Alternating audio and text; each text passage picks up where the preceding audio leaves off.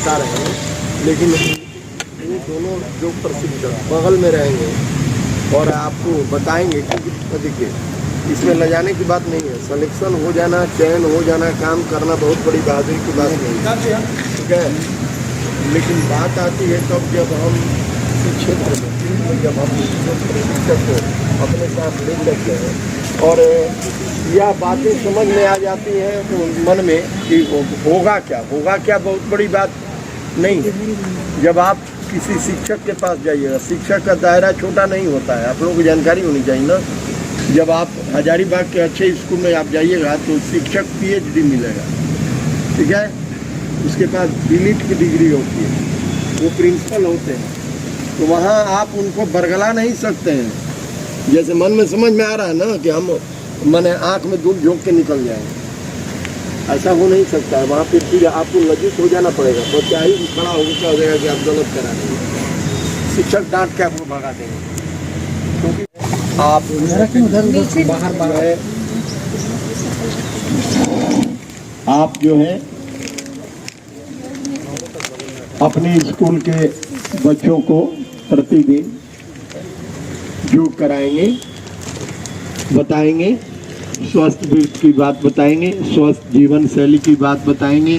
स्वस्थ जीवन शैली में विधिवत बात है ऐसी है तो जो हमारे ट्रेनर के रूप में है वो सब बात बताएंगे आपको। आपके घर के अगल बगल किचन में जो भी आयुर्वेदिक औषधियाँ हैं जिनको आप औषधि के रूप में न जानते वस्तु रूप में जानते हैं, उनकी सब कलम पर आता है। एक ही दवा को 4 बार 5 बार जब वो लोग लिखेंगे तब याद आएगा कि ये दवा भी इस कार्य के लिए निकली। इस चीज़ को अवॉइड करना, ऐसा नहीं है कि प्रेग्नेंट पेशेंट को आप सब योग करा दें तो ये शीर्षासन करने लगो तो क्या होगा। वहाँ आप कीटाने के योग्य काम कीजिएगा ना। तो यही बात समझाने के लिए ट्रेनिंग होती है कि कहाँ कौन सा कार्य कराना है, इसकी पूर्ण जानकारी सबको होनी चाहिए। ये प्रशिक्षण इसलिए दिया जाता है कि हर आदमी इस बात को समझेगा। इस तरह का योग है जो हर अंग को फिट रखता है, तो वह योग इम्पोर्टेंट है। जैसे स्कूल में भी आप लोग जा रहे हैं, एक ऐसे सेल्फी फोटो क्लिक कर ले रहे हैं, खड़े खड़े खाली योगा का फोटो आता है ग्रुप में कि बस खड़ा है, तो सूर्य नमस्कार कराते हैं, कुछ प्राणायाम व्यायाम कराते हैं ताकि वो सिलसिला आगे बढ़े। मान लीजिए आज ही महीना में गए तो कुछ ऐसा जो 5 दिन बता दिए कि वो सब चेंज हो गए। योग मित्र बोला गया था सभी को कि योग मित्र बना करके ऑफिस को या अपने डॉक्टर को सूचित करें। तो योग मित्र भी पहले जो बना था वो कर रहा है कि नहीं कर रहा है, क्लास उसका चेंज हो गया, लेकिन आपका योग मित्र का नाम वही है जो पहले था, क्लास चेंज हो गया। ओके, इधर हम लोग नीचे आइए, दोनों हाथ दोनों पैर के दोनों तरफ रखने का प्रयास करेंगे।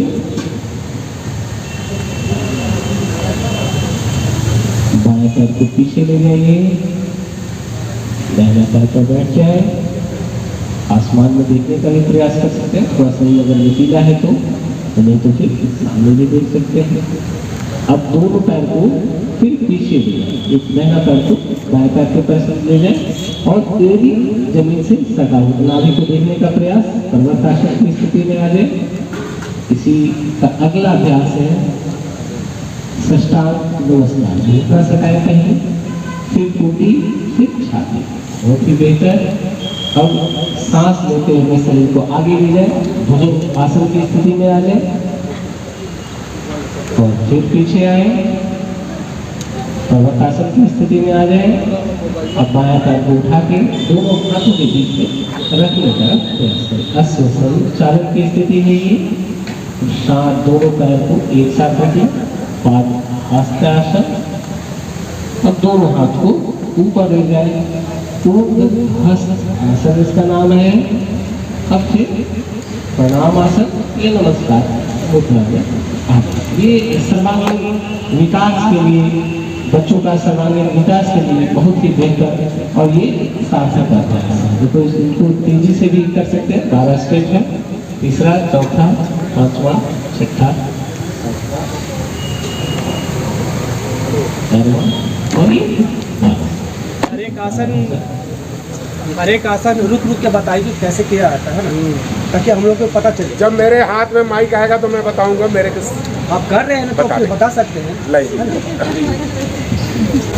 अभी हमारे योग शिक्षक का सभी ठीक बोला आपने, जैसा कि मैंने पहले भी बताया था आप लोगों को कि हर चीज आज सीखने की दिन है, और ये दिल दिमाग में ये जो छाप है, जो आपके ब्रेन का जो हिस्सा है हिप्पोकैम्पस, उसको मेमोरी लंबे टाइम के लिए सेव कर लिया जाए।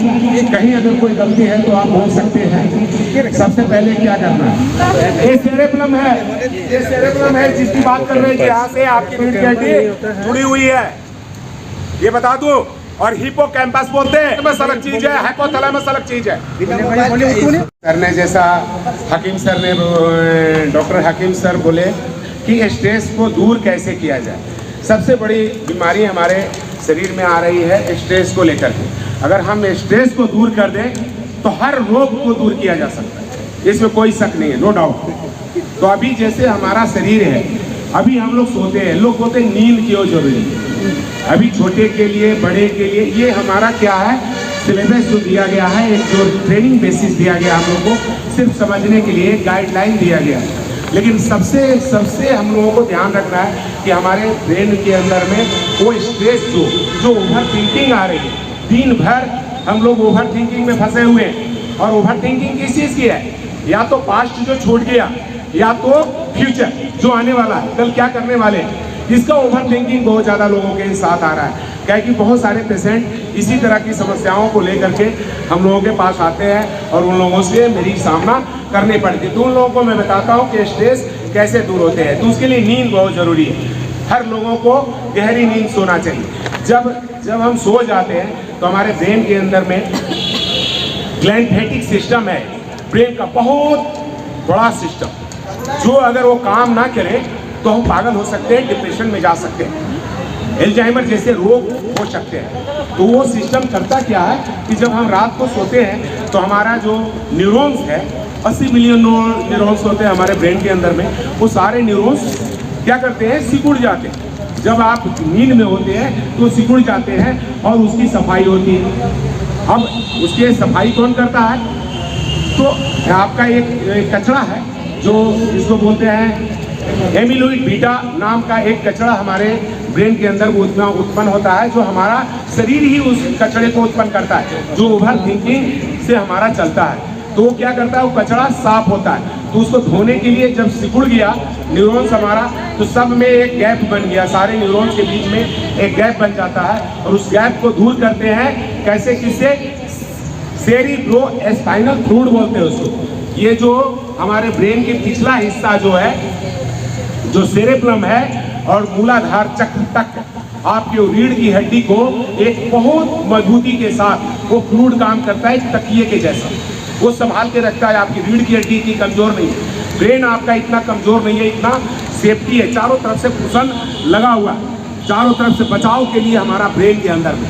तो वो क्या करता है कि उस जो गैप जो बना न्यूरॉन्स के बीच में, वो धो करके बाहर निकाल देते हैं। और आप जब सुबह उठते हैं तो आप तनाव मुक्त होते हैं, आपके सारी तनाव खत्म हो जाती है। बीमारी चाहे जैसा भी हो, डॉक्टर के पास जाइए, सबसे पहले तो ये करता है कि डॉक्टर उसको, पेशेंट को सुला दो ताकि उसको रेस्ट मिल जाए, और यही जो चीज़ हमारा ब्रेन के अंदर जो कचरा आया, इसको निकाल दिया जाए। तो ये आपका ब्रेन जो है सो बिल्कुल टन हो गया और आप तनाव मुक्त हो गए। इसको निकालने के लिए कुछ प्राणायामों का सहारा हम लोग लेते हैं, जिस तरह से हम लोग करते हैं भ्रामरी प्राणायाम, उद्गीत प्राणायाम, प्रणव प्राणायाम का सहारा लेते हैं। इस तरह के प्राणायाम करने से हमारे मस्तिष्क के सारे कचरे निकल जाते हैं। तो हमारा स्ट्रेस किससे दूर होगा, भ्रामरी प्राणायाम। अब भ्रामरी प्राणायाम में होता क्या एक्चुअली, सभी लोग जानते हैं, सभी लोग यहाँ पे आए हुए डॉक्टर्स हैं और योग शिक्षक हैं, तो सारे लोगों को पता है कि हमारे शरीर के अंदर साइनस जो है, साइनस किसको बोलते हैं, कितने लोगों को पता है, साइनस किसे बोला जाता है, कितने लोगों को पता है, क्या है साइनस, बताइए। बहुत अच्छा अमर जी, थोड़ा सा बताइए। इधर है कोई साइन वाले, थोड़ा बताइए। साइनस क्या होता है कि हमारे जो ब्रेन नोस्टल के ऊपर और ये फोरहेड, ये साइनस का एरिया होता है, ठीक है, ये दोनों। जब साइनस का रीज़न क्या है कि हो सकता है कि आपके नोस्टल में थोड़ा सा हड्डी बढ़ जाए, ये साइनस का भी रीज़न हो सकता है, या कफ कोल्ड ज़्यादा बढ़ जाए, ये भी साइनस हो सकता है। लेकिन रियल में साइनस बोन भी होता है, जो नाक के अंदर जो खाली स्थान है साइनस एरिया, उसे ही कहा जाता है। और वहीं पे कोल्ड होने के बाद हम बोलते हैं साइनस हो गया। और साइनस को दूर करने के लिए हम लोग आसन या प्राणायाम या षटकर्म का यूज़ करते हैं। थैंक्स अमर जी, बहुत अच्छा आपने कुछ डिफाइन किया। साइनस हमारे शरीर के अंदर में जहाँ जहाँ रिक्त स्थान है, खाली जगह, उसे हम साइनस बोलते हैं। और उसमें कोई विकृति आ जाती है, उसको एक बीमारी हो जाती है जिसको हम लोग बोलते हैं कि साइनस का रोग हो गया। जैसा कि अमर जी ने बताया कि यहाँ कोल्ड कफ जम जाता है, तो कफ कहाँ जमेगा? जहाँ खाली जगह मिल जाएगा वो जगह वहाँ जा कर के रुक जाएगा, अवरुद्ध कर देगा। तो वो जगह हम लोगों को प्राण शक्ति नहीं ले पाने में नुकसान करने लगेगा। फिर क्या होगा?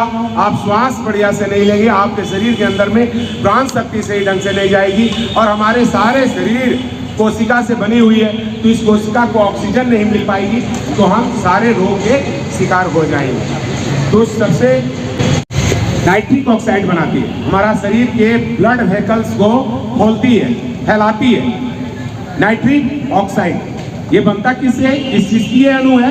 ये एक प्रकार का गैस है। तो इस तरह का जो आप बना किस चीज से? तो ये जब एक प्रकार से समझिए शरीर को धोने वाला, शरीर का कचड़े को धोने वाला हमारा शरीर क्या तैयार किया? Nitric oxide. और नाइट्रिक ऑक्साइड, मान लीजिए आपके इस पास साबुन हो गया, लेकिन साबुन क्या अपने आप कपड़े को साफ कर पाएगी? नहीं कर पाएगी। उसके लिए क्या चाहिए?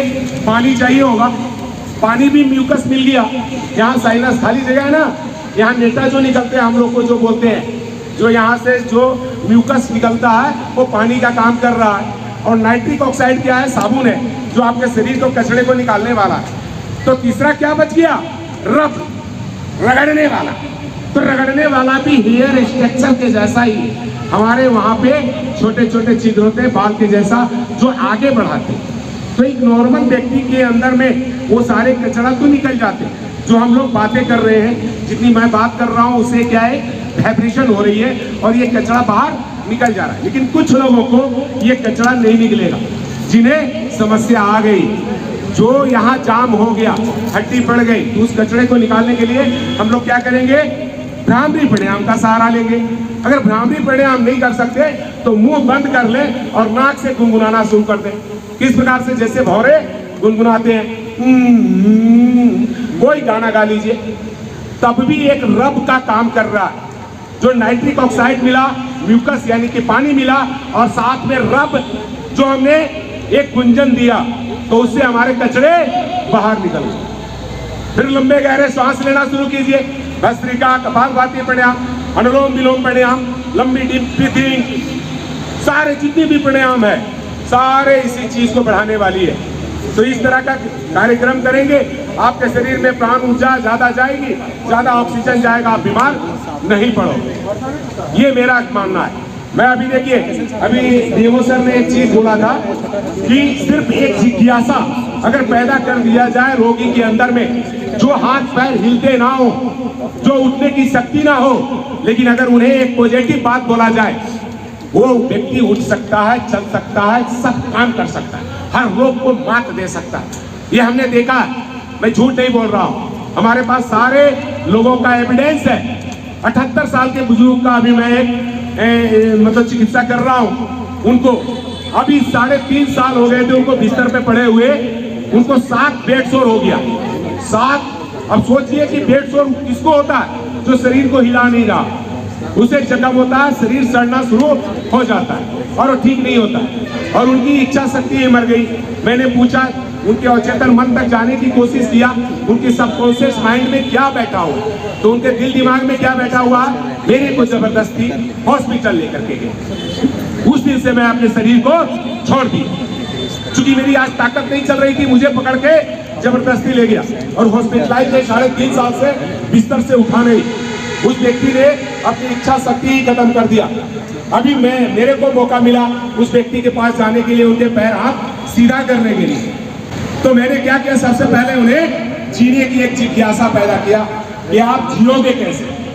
आप सड़ के मरना चाहते हो या उठ के मरना चाहते हो? अरे अपने सारे ऑर्गेन्स को बढ़िया रख लो। जाना तो सभी को है, इस पृथ्वी पे आए हैं तो जाना सभी को है, बट सड़ सड़ के नहीं जाना है।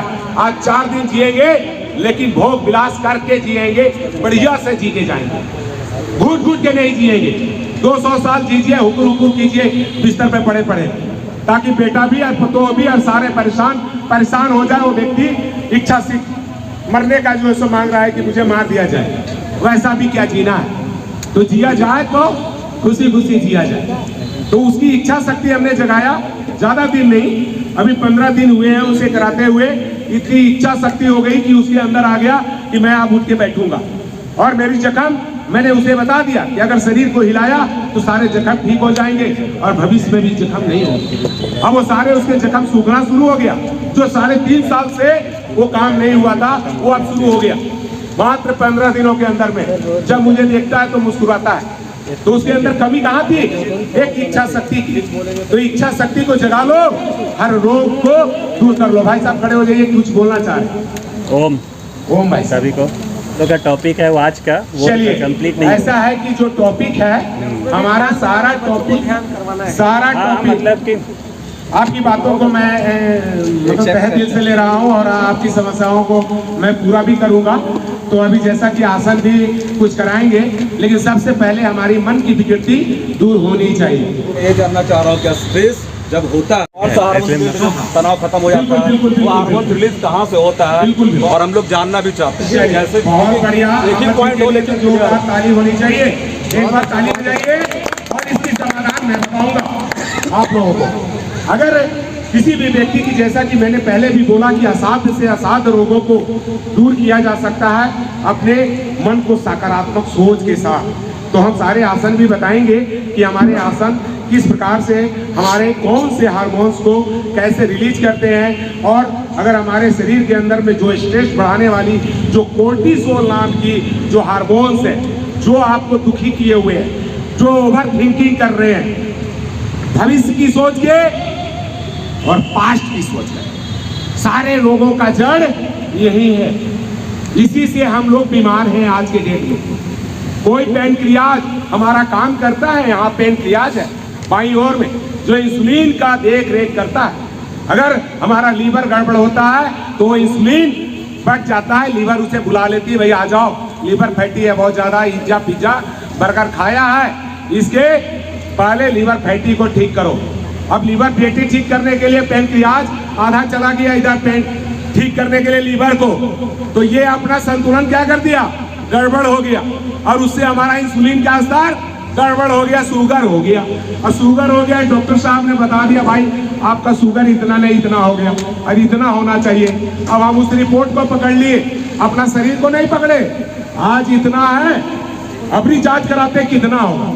वो रिपोर्ट ठीक करना चाहते हैं लोग, अपने शरीर को ठीक नहीं करना चाहते। सबसे ज्यादा बीमारी का घर आज के डेट में यही है।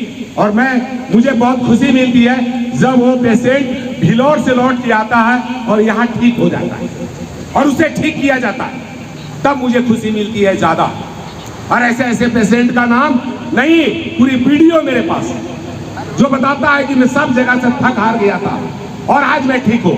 क्योंकि पहले वो यूरिक एसिड को कम करना चाह रहा था, पेनक्रियाज को अपना सही करके इंसुलिन ठीक करना चाह रहा था, अपना थायराइड के हार्मोन को ठीक करना चाहता था। लेकिन अब दूसरा टॉपिक पे आ जाए, शुगर, थायराइड, शुगर और भी कोई बीमारी क्रोनिक है तो बताया जाए। स्ट्रेस को पूरा फोकस करिए। स्ट्रेस जो हमने बताया कि कोर्टिसोल अगर आपका बढ़ेगा, अगर आप दुखी हैं, ओवर थिंकिंग कर रहे हैं, आपका स्ट्रेस लेवल बढ़ेगा। जो सोचने की जरूरत नहीं थी, लेकिन बार बार आपके दिल दिमाग में वो चीज आ ही जा रहा, चाह करके भी उस स्ट्रेस को हम दूर नहीं कर पा रहे। तो हम लोग प्राणायाम का सहारा लेते हैं, ताकि हम प्राणायाम के जरिए उस कोर्टिसोल को, उस स्तर को कम कर दिया जाए, ताकि वो रोग अपने आप ठीक हो जाए। अभी आपने कोर्टिसोल का नाम लिया, कोर्टिसोल का नाम लिया, तो वो किस स्ट्रेस लेने से होता है, उसका सिक्रेशन कहाँ से होगा? वो हमारे किडनी के ऊपर में एक टॉपिक जैसा एक ग्रंथि है जो रिलीज करता रहता है। जैसा मन में विचार आया बीमारी, स्ट्रेस ले लिया, अरे भाई ये तो रिपोर्ट चला, मेरा तो इतना हो गया, मेरा तो बीपी 450 हो गया, मेरा 500 हो गया, अब तो मैं मरने वाला हूँ। वो पहले सोच रहे अरे आज तो जी लो, तो आप ठीक हो जाओगे।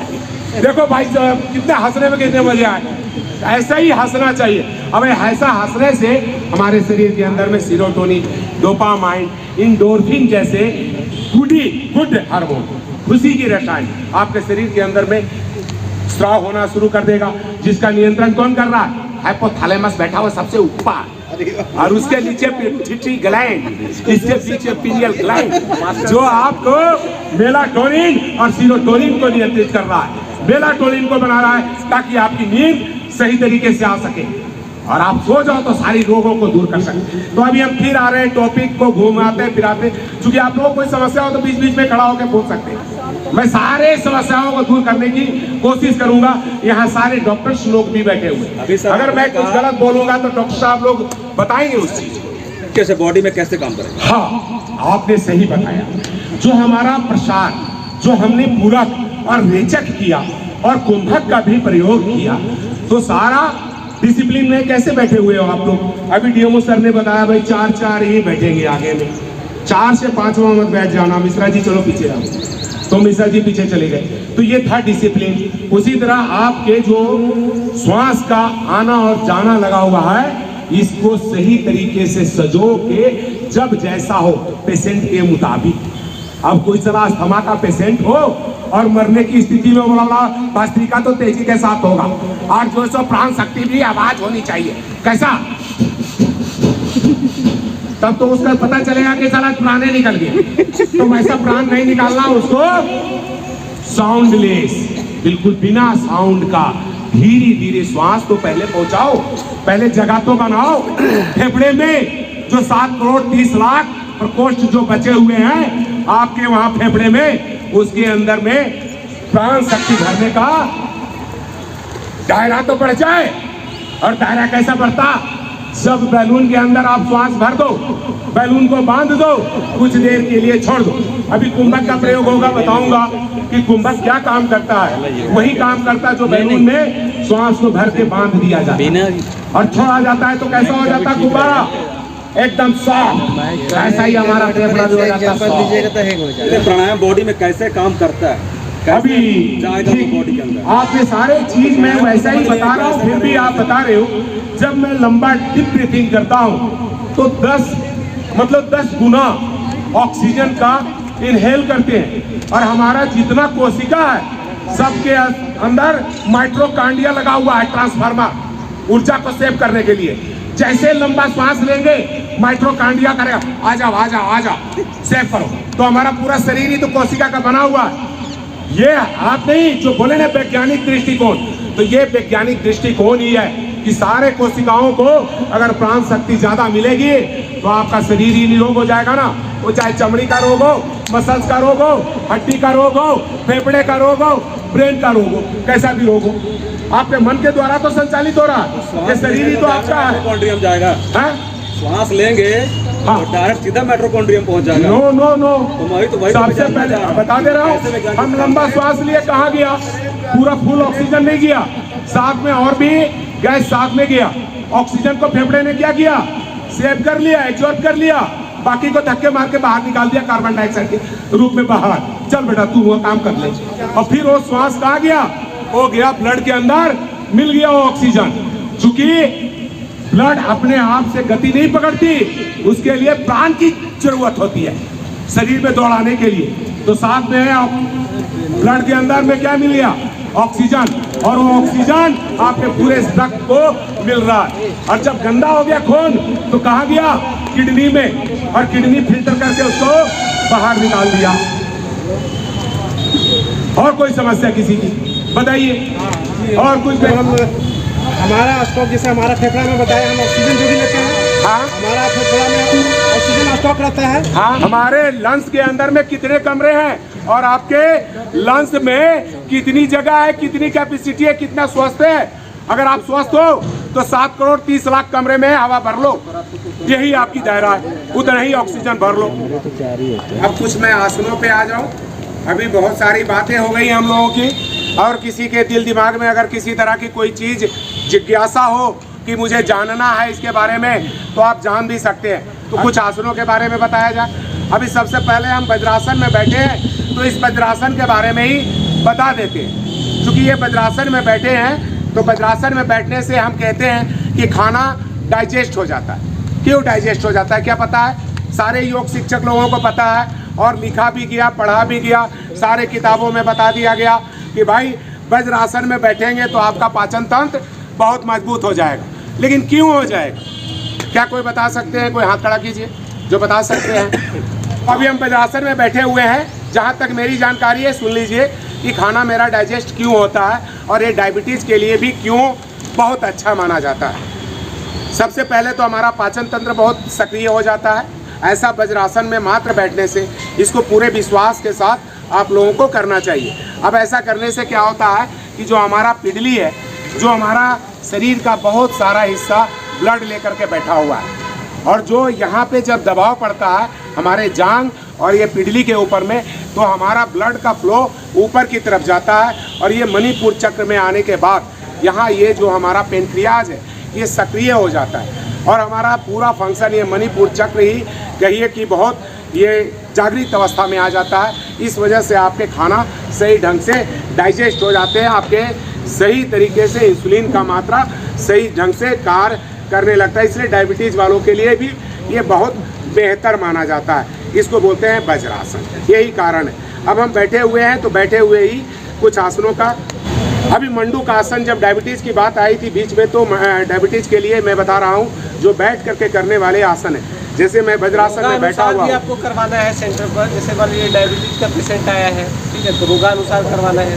पहले सावधानी बता लीजिए, सावधानी बताने के बाद फिर उनको बताना है कि क्या उनका देख लीजिए कैसा उनका बताइए जिस स्तर नहीं आप बताइए जिस स्तर का उनका शारीरिक ढांचा है उस अनुसार उनको वैसा योग करवाए ताकि उनको 100% लाभ मिले। जैसा कि डीएमओ सर ने भी बताया कि हमारा जो भी बताने का तरीका होगा, आसन बहुत ज़्यादा है। जैसा कि मैं आप लोगों को बोले कि सब प्राणायाम के माहिर हैं, सभी लोग जितने भी यहाँ बैठे हुए हैं सारे लोग योग शिक्षक हैं या तो डॉक्टर साहब लोग हैं, तो सभी लोग जानकार हैं, इसमें कोई शक नहीं है। उनको आसन बताना पड़ेगा बट सावधानियाँ जरूर बतानी पड़ेगी।